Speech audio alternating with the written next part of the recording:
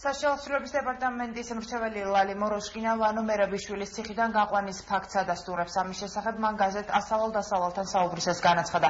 მოროშკინას თქმით, ყოფილი პრემიერი ციხიდან საშუალო დეპარტამენტის ხელმძღვანელმა დიმიტრი დარბაისელმა გაიყვანა. მის ინფორმაციით, დარბაისელი მერაბიშვილის შინაგან საქმეთა მინისტრობის დროს სისტემიდან დიდი ოდენობით ქრთამის აღებისა ნარკო დამოკიდებულების გამო გაათავისუფლეს.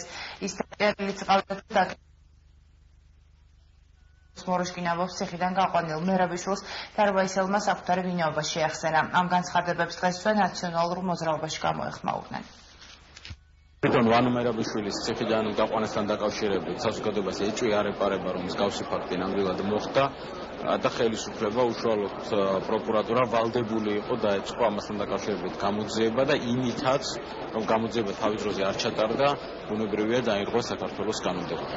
გამოძიების მიმართ ჰქონდა გარკვეული ეჭვი, იმიტომ რომ არ შეიძლება ჩვენ ვენდოთ სწორედ იმ უწყებას, რომლის მიმართაც არსებობდა ბრალდებები, სწორედ მათ მტკიცებას, რომ ის არ იქნა გაყვანილი საკნიდან, ასევე ამ გამოძიებას ატარებდა ასევე პროკურატურა და ვფიქრობ, რომ ზოგადად ის როგორც წარიმართა ეს გამოძიება არ იწვევდა ნდობას. ამიტომ არ გამოვრიცხავ, რომ სწორედ ის განცხადება, რაც გააკეთა ქალბატონმა მოროშკინამ, იყო სწორი.